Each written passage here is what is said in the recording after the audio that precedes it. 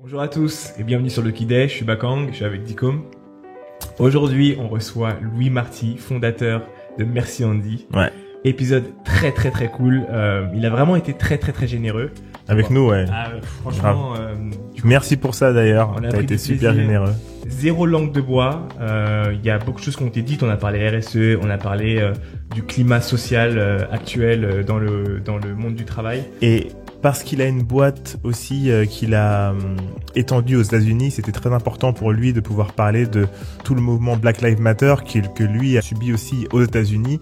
Comment il s'est adapté, qu'est-ce qu'il a mis en place, Qu'est-ce qu'il a appris et c'est ça. Et quelles sont toutes les actions RSE qu'il a mis en place bien avant le mouvement. Et donc pour le Covid. C'est plus pour le Covid. Il a fait énormément de choses avec des gels hydroalcooliques. Et on a parlé de la création de la marque, comment créer une marque forte, mais comment aussi faire en sorte qu'elle soit responsable vraiment. Et s'il y a un truc que je retiens de cet épisode, c'est que l'idée, c'est de commencer quelque part. Exactement. La conversation qu'on a eue avec lui a été surtout de se dire, ok, de quoi on est en train de se rendre compte. Ouais. Et maintenant, après cet épisode-là, qu'est-ce que je vais pouvoir faire dans ma boîte? Et c'est ça qu'on a essayé d'apporter. Et rien n'est parfait, il faut commencer quelque part. Mais au moins, il a été sans langue de bois, et il a été super généreux. Et j'espère que vous verrez de quoi je parle en mettant vos commentaires sur les... One step, c'est mieux que zero step. Exactement. Donc, on va vous laisser voir l'épisode, mais avant, abonnez-vous, à notre chaîne YouTube. N'hésitez pas, cliquez sur le petit bouton, je m'abonne. Partagez l'épisode avec vos amis, taguez vos amis peut-être dessus. Ils seront aussi sur Instagram. N'hésitez pas à créer la conversation parce qu'on a vraiment besoin de vos feedbacks et de votre avis sur certaines choses qu'on va dire dans l'épisode. C'est ça, on est un podcast business et dans tout business, il y a un échange. Nous, on vous donne du contenu de qualité. Vous, derrière, tout ce qu'on vous demande gratuitement, c'est de vous abonner et de partager. Et de nous donner votre avis. Voilà. Allez, c'est parti, on vous laisse. Salut. Bonjour à tous et bienvenue sur Lucky Day. Je m'appelle Bakang, je suis avec Dicom. Salut. Aujourd'hui, on reçoit Louis Marty, fondateur de Merci Andy. Qu'est-ce que c'est Merci Andy? C'est une boîte, une start-up qui crée des cosmétiques du quotidien, pratiques, colorés et on peut dire depuis pas très longtemps hygiéniques aussi. Exactement. Salut les mecs, trop cool d'être avec vous. Merci, c'est ce que j'allais dire, dont les gels hydroalcooliques depuis un moment. Exactement. Ça fait vraiment plaisir. Ça fait un moment qu'on essaye de se capter et de faire ce podcast-là. Donc c'est vraiment cool. Moi, j'aime bien rentrer direct sur le vif du sujet, mais avant tout, j'aimerais bien que tu nous donnes quelques chiffres de ce qu'est Merci Andy pour que les gens puissent Pour ceux qui connaissent pas, ouais. En chiffres, c'est beaucoup de couleurs déjà. Donc, Merci Andy, on va parler beaucoup d'arc-en-ciel. On adore l'arc-en-ciel et on pourra revenir pourquoi on aime l'arc-en-ciel. Il est apparu il y a 2 ans dans notre marque, mais au moins 7 couleurs, mais moi j'aime dire l'infini. Aujourd'hui, Merci Andy, c'est une boîte de 30 personnes avec 2 bureaux, un à Paris et un à New York. C'est une gamme de quasiment 30 produits aujourd'hui. On va des mains à l'oral care, au skin care, à l'hygiène, comme tu l'as dit. On a lancé des déodorants l'année dernière. Et voilà, c'est plusieurs millions de chiffres. Donc c'est chouette, c'est 5000 magasins en Europe. C'est 4 e-shops, France, US, UK et Allemagne. Et c'est beaucoup d'amour, quoi, tu vois. C'est beaucoup de petits cœurs sur Instagram. Je rentre un peu dans le truc branding. Pour moi, Merci Andy, c'est licorne, couleur, les licornes qui pètent des paillettes et vous appelez vos gens les petits chats, un truc comme ça. Les chatons. Et ma première question, juste avant de te laisser commencer, Bakang, c'est comment vous avez fait, sans être incarné, comment vous avez fait pour vous faire connaître aussi rapidement et cartonner aussi rapidement en tant que marque et branding? Parce que pour nous, là, voilà, on est en 2020, on se dit, aujourd'hui, les marques qui ne sont pas incarnées, c'est compliqué. Mais vous avez réussi un tour de force. Comment vous avez fait? Déjà, je pense qu'il y a de la magie. Tu vois, on va essayer de donner la recette et la formule, mais in fine, dans une formule magique, t'as toujours un truc que tu peux pas expliquer. Et je pourrais le refaire 10 fois, peut-être que ça sera 10 fois différent. Mais ce qu'on a voulu faire, c'est essayer de créer des bons produits. Déjà, ça, c'est la base. Et je pense que c'est pas un podcast sur la cosmétique, donc on va pas rentrer forcément dans tous les détails, mais tu peux avoir le plus beau marketing, social media du monde et faire les plus belles campagnes. Si ton produit, c'est de la merde et qu'il n'y a pas de rétention, ça sert à rien, tu vois. Ouais. Donc déjà, ça a été de faire ça avec beaucoup de sérieux, les produits. Et ensuite, tout le reste, on s'est dit, on veut faire différent, quoi, tu vois. On a pris notre bon bouquin de vieux marketing qu'on a appris dans nos écoles bien traditionnelles, là, notre bon mix marketing, et on a dit, on veut tout changer, en fait. Que ça soit sur le pack, la manière dont on communique, dont on parle de nos produits, dont on les vend, ou on les vend même dans les endroits. On veut vraiment que l'expérience soit différente. Et c'est ça qui a fait un peu la magie de Merci Andy, avec beaucoup de travail, beaucoup de créativité aussi, tu vois, et des erreurs, beaucoup d'erreurs. On va en parler aussi, ouais, okay. beaucoup d'erreurs. Je me rappelle, je suis allé dans vos bureaux, je pense il y a 6 ans, ouais. Il y a un bon moment en tout cas, et il y avait ce truc-là. Moi, je me demande, vous avez tout de suite su quel était votre target group ou pas, ou il s'est créé au fur et à mesure et vous vous êtes rendu compte, ok, en fait c'est à eux qu'on parle. Tu vois, nous, on a aujourd'hui le target group. Nous, quand tu sors d'une école, de la fac ou quoi, on te dit CSP+, 15-34, femmes qui gagnent. Voilà. Nous, on vise pas trop par âge, tu vois. Même dans la manière dont on segmente nos pubs, nos campagnes, on va parler en termes de valeur, d'equity, de qui va être intéressé par quoi. Et tu vois, nous, aujourd'hui, on veut des gens qui recherchent des produits qui sont bons, accessibles. C'est une de nos valeurs de rester abordable et surtout qui ont pas envie de se prendre la tête, tu vois, avec des choses trop sérieuses, avec des discours qui soient trop sérieux. Tu as tous les éléments de réassurance. Quand tu vas sur notre site, que tu cherches de l'info, tu trouveras tout.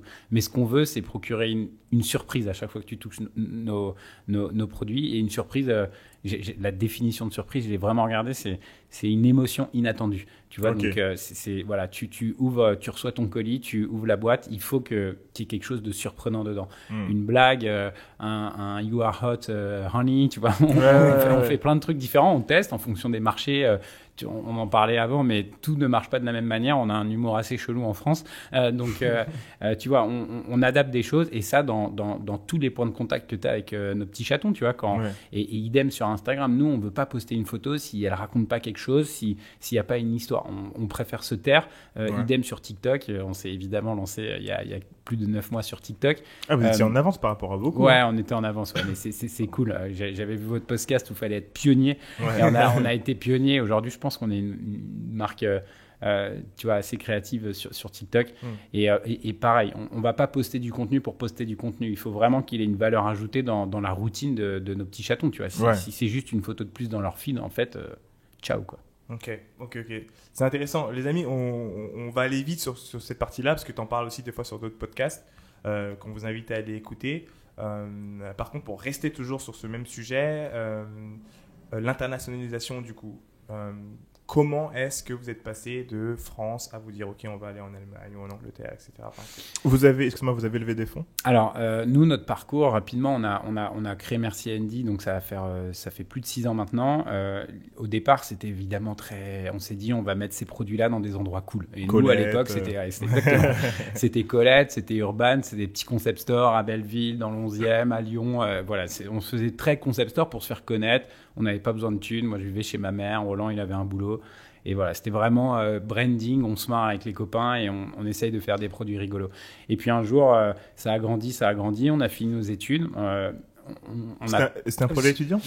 Ouais, on était encore étudiants à ce moment-là. Ouais. On a négocié pour pas faire de stage de fin d'études parce que ça nous saoulait en fait.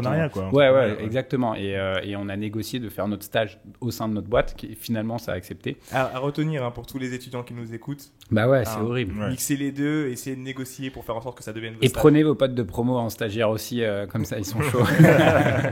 Et du coup, tu vois, on a avancé comme ça. La première année, on a dû faire 100 000 euros. Donc, c'était assez cool. C'est quand même bien. C'est cool. C'était chouette. Et en vendant que des gels mains nettoyants en magasin. Un peu de D2C. En fait, on avait fait une première campagne aujourd'hui qui passerait plus du tout. Qui s'appelait Elle touche les couilles pour la bonne cause. Et en gros, on s'était associé. Ah, je me rappelle de ça. C'était chaud. Ah, oui, je me rappelle. En vrai, aujourd'hui, jamais. Tu vois, elle est toujours sur YouTube, mais bon. Vous faites enchaîner. On travaillait. Non, pas du tout. Franchement, elle continue de tourner sur YouTube. On s'était associé avec Movember. On s'était lancé en novembre. Et pour chaque paire de couilles touchées dans la rue, on reversait 10 € à une association. Et en fait, on a fait notre petit pari, tu vois, avec Roland. Moi, je pensais qu'on allait faire 25 000 vues. Roland, beaucoup plus pessimiste que moi sur plein de sujets, il a dit genre 4000. Et le matin, on s'est réveillé, compteur YouTube bloqué à 351. Tu sais, en fait, quand tu buzzes, tout est bloqué. Et 400 000, boum. Et ensuite, on est monté à 2,5 millions en une semaine, tu vois. 9gag, 9gag aux US, enfin plein de choses trop chouettes. Et en fait, on a eu genre 600 000 visiteurs uniques, tu vois, sur notre site, c'était énorme. Alors qu'on avait un site qu'on avait dev from scratch. À l'époque, c'était pas la mode des Shopify et tout. Et en fait, on a fait genre 6 ventes et genre on a pris notre site, on l'a balancé à la poubelle et on a ouvert Shopify, tu vois, il y a 6 ans, même un peu plus, 6 ans et demi, je dirais. Et je crois qu'on était dans les 100 premiers Shopify en France, tu vois. Donc, t'imagines 600 000 et quand ton site est flingué, tu fais 6 ventes. Mais exactement. Et c'est le meilleur. Et franchement, c'est Oussama qui nous inspire tous, qui nous a dit, les gars, pomme A sur votre page de code et supprimez tout. Et on a balancé 4000 balles à la poubelle. C'était toutes mes économies qu'on avait mis dans le site, mais bon, c'est comme ça. Et on est toujours sur Shopify, tu vois, donc c'est cool. Ouais. C'est marrant, t'as mentionné du coup Roland. Je sais que vous n'êtes plus trop ensemble maintenant, vous êtes séparés. Est-ce que tu peux un peu nous... Ouais. Attends, il n'est pas allé, il n'a pas expliqué comment il va à l'international. Ok, je vous explique l'international. J'avoue, j'étais fort là. Non, t'as raison. Et du coup, voilà, donc ça s'est fait comme ça. Colette, tac, on rentre chez Monoprix, on est en France, on est rentable parce qu'on se payait très peu, on n'avait pas d'équipe et compagnie. Là, on décide de lever des fonds pour l'international. Excuse-moi, vous rentrez solo ? Ouais, ils sont venus nous voir, ils cherchaient des marques. Pourquoi ? Parce que marque...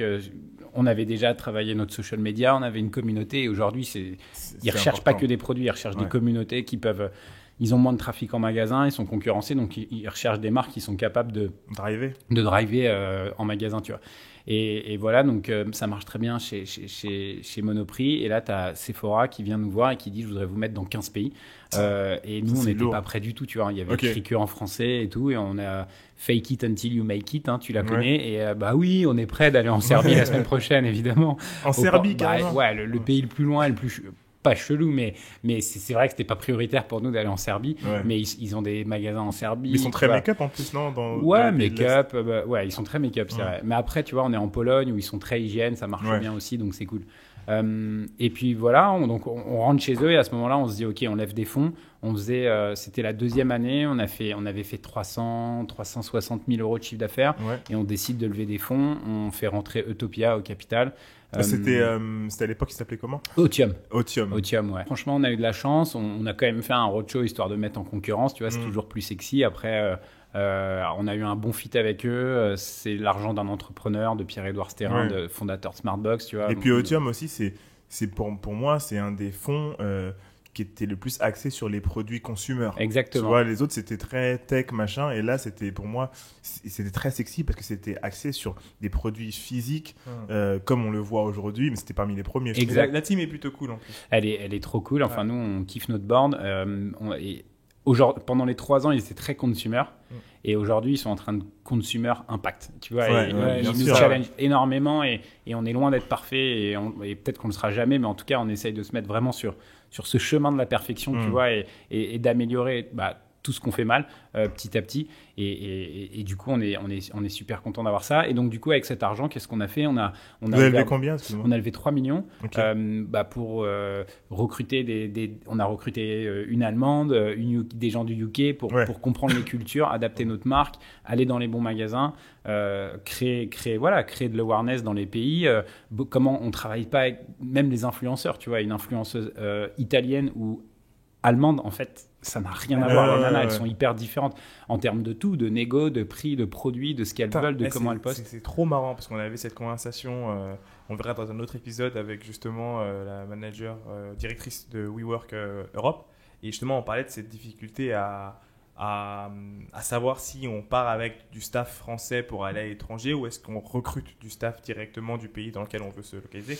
Et je pense que c'est la bonne solution pour pouvoir vraiment comprendre les mentalités. C'est clair. Après, je pense que c'est important d'y aller et de passer du temps. Alors en Europe, c'est facile, hein, même si c'est tu vois, une journée de temps en temps et tout. Tu prends un coup de Thalys ou de Rosta et tu vas dans les pays pour comprendre. Et donc voilà, on a monté la boîte comme ça à quelques millions et l'année dernière, Roland, du coup, j'enchaîne. Comme Ouais, ça, vas-y, je prends ta question sur l'internalisation. Tu vois, il a envie de faire autre chose. Fine. Nous, on avait cofondé la boîte tous les deux. Il est toujours actionnaire. C'est toujours mon pote. Je me suis marié l'été dernier. Il était là. Enfin, tu vois, il y a Mais il est plus aucun dans souci. l'opérationnel, quoi. Mais il est plus dans l'opérationnel. Il est board. Il a gardé évidemment des actions, mais voilà. Et du coup, moi, je décide d'aller aux US. Pour ouvrir le marché. Pourquoi ? Seul. Ouais, seul. Genre, truc de ouf, je me retrouve dans l'équivalent d'un WeWork, je me mets chez French Founder pour le coup. Okay. J'ai un petit bureau, tu vois, ici à Paris, on a 450 mètres carrés, c'est beau, il y a des plantes et tout. Je me retrouve là, tu vois, à faire mes cartons tout seul. Mais où ça ? À New York. À New York, ouais. Juste pour comprendre le marché. Ah, mais French Founder, il y a un Français qui gère toutes les startups, enfin les fonds, je sais plus comment ils s'appellent, mais c'est un Français. Riyad. Ah ouais, Riyad, c'est trop mon pote. En fait, Riyad, il est trop cool, Riyad, c'est mon poteau. Riyad, c'est lui en partie au début quand on était avec son autre boîte, parce qu'il était dans une boîte qui s'appelait Angel Square. Ouais, Angel Square. C'est avec Riyad et un autre mec. Balthazar. Non, pas Balthazar, un autre, je sais plus comment il s'appelle. Qu'on a commencé une levée de fonds. Après, on n'est pas allé jusqu'au bout, mais c'est avec Riyad. À l'époque, il était stagiaire. Et on parlait avec lui, etc., sur faire notre BP et tout. Donc, ouais, Riyad, écoute, très bon gars. Il est chez French Founder et rapidement, c'est un réseau de Français, tu vois, d'entrepreneurs français et un peu de top exécutifs aussi, de boîtes plus corporate. Tu as du Lacoste, Estée Lauder, BNP et voilà. Et en fait, ça m'a vachement aidé. Ah ouais, merci Andy, tu vois, que du lourd. Qui ont des buildings à 45 étages minimum. Et du coup, je me suis retrouvé là et c'était charmé, tu vois. J'ai passé 6 mois pour construire la boîte, les équipes, essayer de comprendre. J'ai fait 45 000 meetings. J'ai envoyé des LinkedIn dans tous les sens, des Insta à Emily Weiss de Glossier, qui m'a jamais répondu, elle. Mais en tout cas, j'ai rencontré des boîtes, tu vois, des entrepreneurs de mecs du Texas qui venaient à New York, de Miami, de Floride, de Louisiane. J'ai rencontré plein de gens. Et c'est le karma, je pense que j'ai toujours été... tu vois, moi, quand on me contacte, je réponds. Ouais, je réponds. Alors, parfois, c'est pas possible, t'as pas le temps, il faut savoir, tu vois, dire non. Mais j'ai halluciné, quoi. Je me faisais des meetings. Le problème à New York, c'est que tu prends un Perrier, ça te coûte $25. Ah ouais, donc, et quand c'est toi qui sollicites, c'est toi qui dois payer. Mais ouais, voilà. En gros, c'était charmé parce que tout le monde tu vois, j'ai vraiment appris.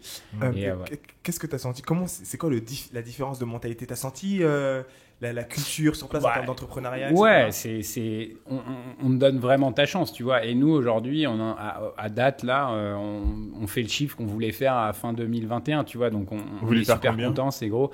Là, depuis le début de l'année, on fait quasiment $1,5 million de dollars aux US, tu vois. Que là-bas, c'est cool. Donc, c'est vraiment cool. Ouais. Avec tout ce qui s'est passé en plus. Voilà. Après, la différence culturelle, elle est énorme. Nous, on a aujourd'hui 4 personnes aux US. J'ai recruté maintenant un GM qui est américain. Donc, un GM, pour ceux qui écoutent, c'est un general manager. Ouais, un general manager. Moi, j'ai pas voulu m'installer full time là-bas. Je pense que la boîte, elle est encore. La boîte, elle est encore trop jeune ici. J'ai des super mecs qui ont beaucoup de leadership dans la boîte et l'équipe est top. Mais c'est un peu tôt encore d'y aller full time. On crée beaucoup de choses ici, nos produits, notre content. Tu vois, on a un studio, on crée tout notre contenu. Donc c'était un petit peu tôt encore. Mais voilà, j'ai un super mec qui s'appelle Carlos qui gère la boîte et un mec que je connais en plus depuis 3-4 ans, donc très bon fit. Mais c'est clair que les différences, elles sont énormes, quoi. Et en termes de réactivité, d'activation réactivité, moi, le problème, c'est que maintenant, à 6h, t'as une deuxième journée qui commence avec un mec qui lui, commence la sienne. Donc, tu vois, moi, j'avais un rêve West Coast, mais pas possible, tu vois. Les 9h, ils font trop mal, quoi. Après, LA, c'est vraiment trop chouette. Donc, et New York, c'est pas un must-have, mais quand même, t'es vachement plus connecté quand t'es là-bas et tout. Et tu vois, il y a toutes les cultures à New York. Tu vas dans le Bronx, à Brooklyn, East Village, West Village ou Upper East Side. En fait, tu vis tout et tu peux voir pas toute l'Amérique, mais tu peux comprendre beaucoup de cultures. Celle des Latinos, tu vois, tout. Donc, j'ai une question, excuse-moi, une petite parenthèse. Qui gérait pendant 6 mois quand tu étais à New York ? C'était un mec qui était dans le Milwaukee. Non, mais en fait, ici.